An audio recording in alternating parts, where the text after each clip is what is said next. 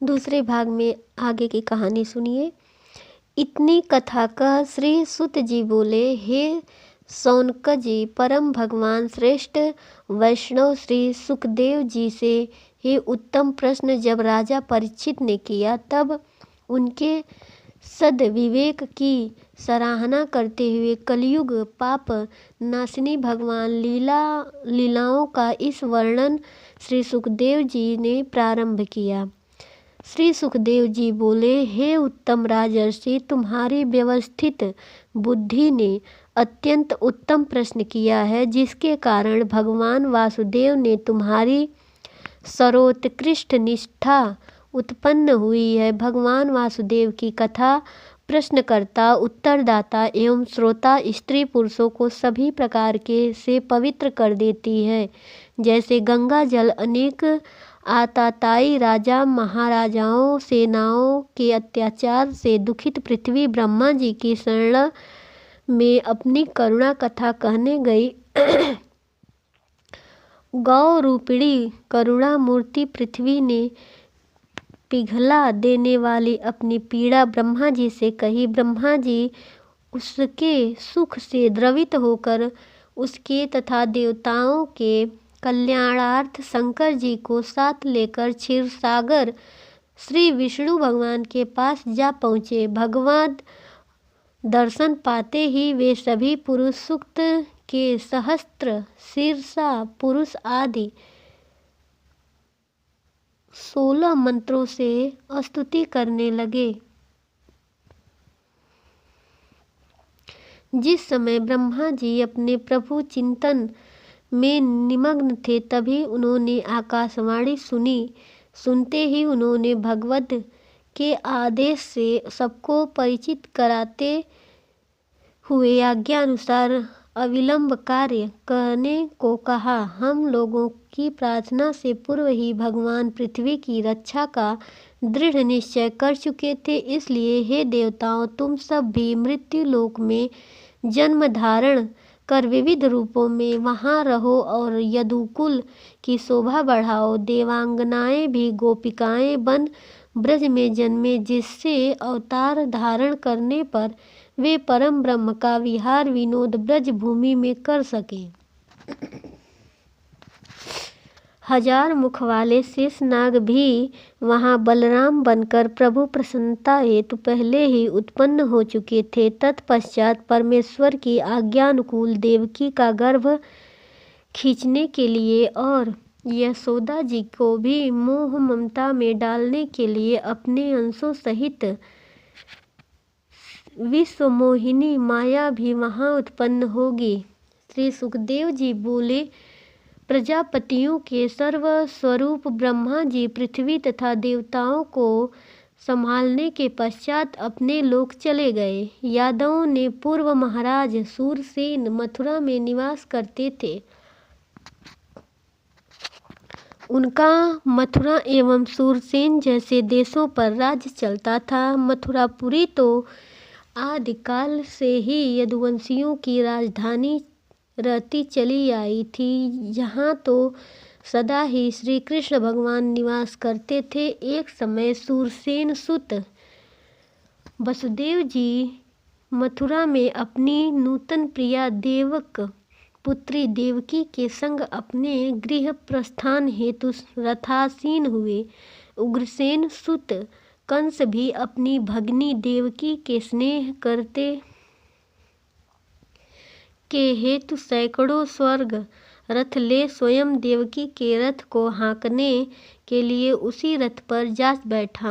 अपनी पुत्री पर अत्यधिक प्रीति रखने वाले पिता देवक ने उसको विदा करते समय स्वर्ण मालाएं पहने हुए 400 हाथी, 10,000 घोड़े, 1800 रथ दहेज में दिए।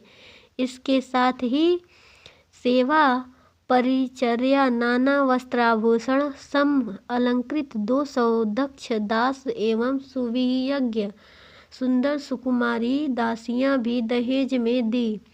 विदाई को मंगलमय बनाने के हेतु उस समय के शंख, भेरी, नगारे आदि विभिन्न बाजे भी बजे। मार्ग में जाते जाते कंस ने आकाशवाणी सुनी, रे मूढ़, तू सोलास जिसे रथवान बना विदा करने जा रहा है, उसके ही 8वें बालक द्वारा तू मारा जाएगा। इतना सुनते ही भोजवंशी कलंकी कंस के केस पकड़ देवकी को तलवार तान मारने को जब उद्यत हो गया, तब उस निर्लज्ज निग्नकर्मी को ऐश्वर्य आश्रय वसुदेव जी संभालने लगे।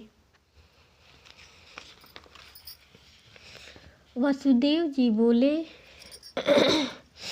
जैसे मानव पिछला पैर तभी उठाता है जब अगला स्थिर कर लेता है, अथवा अगला तिनका पकड़ने पर ही पिछला तिनका जो त्यागती है, ठीक उसी प्रकार जीव अगली देह की कर्मानुकूल स्थिति हो जाने पर ही पिछली देह का परित्याग करता है। जैसे देखे सुने हुए चिंतन मनन करता स्वप्न दृष्टा अपने सोए पड़े शरीर को भूल अपने को ही राजेंद्रादि मान अभिमान में फंस भ्रमित रहता है, वैसे ही मानवी इच्छा से प्राप्त शरीर को मूल भावी देह में आत्मा वध जाती है।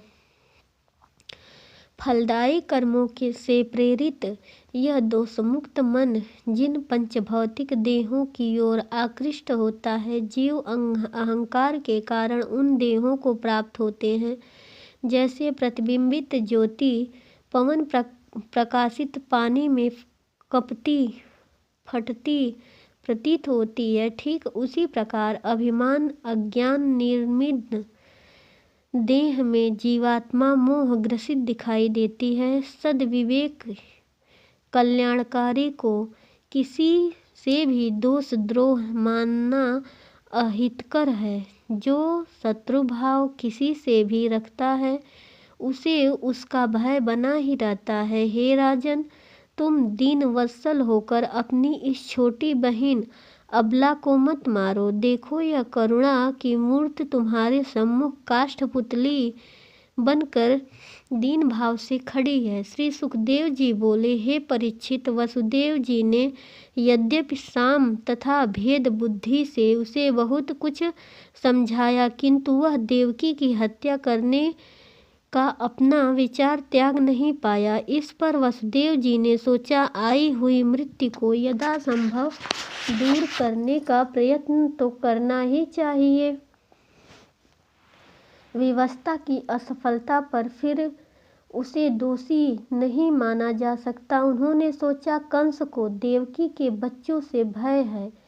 देवकी के प्राण बचाने हेतु इसे देवकी के पुत्र देने को कह दिया जाए। संभव है वह अवसर आते आते अनेक परिस्थितियां आ जाएं जिससे कंस भी न रहे और वे बच्चे भी न मरे। इसीलिए आसन्न मृत्यु संकट टालने के लिए जन्म लेने वाले उस बच्चे को सौंपने का वचन दे दिया। अधिक उचित प्रतीत होता है। ईश्वर इच्छा तो बड़ी ही विचित्र है। संभव है, सब कुछ संभव है। कहीं ऐसा तो न हो कि देवकी के मारे जाने से जिस मेरे पुत्र से उसे मारा जाना है वह हो ही नहीं। प्रस्तुत मृत्यु के टालने पर भी यदि वह पुनः आ जाएगी तो उससे मैं निर्दोष रहूँगा। भस्म होता हुआ वन ग्राम जिस प्रकार समीप का वृक्ष और गृह छोड़कर दूर जलाने लगता है, ऐसी घटनाओं में दैविक शक्ति की प्रधानता देखी जाती है। जैसे यह अदृश्य ही जगत की क्रिया स्थूल दृष्टि से नहीं देखी जा सकती, उसी प्रकार जीव के जीवन मरण की बात एकमात्र सर्वेश्वर परमात्मा की जानता है। यह रहस्य मानवीय ज्ञान के परे है।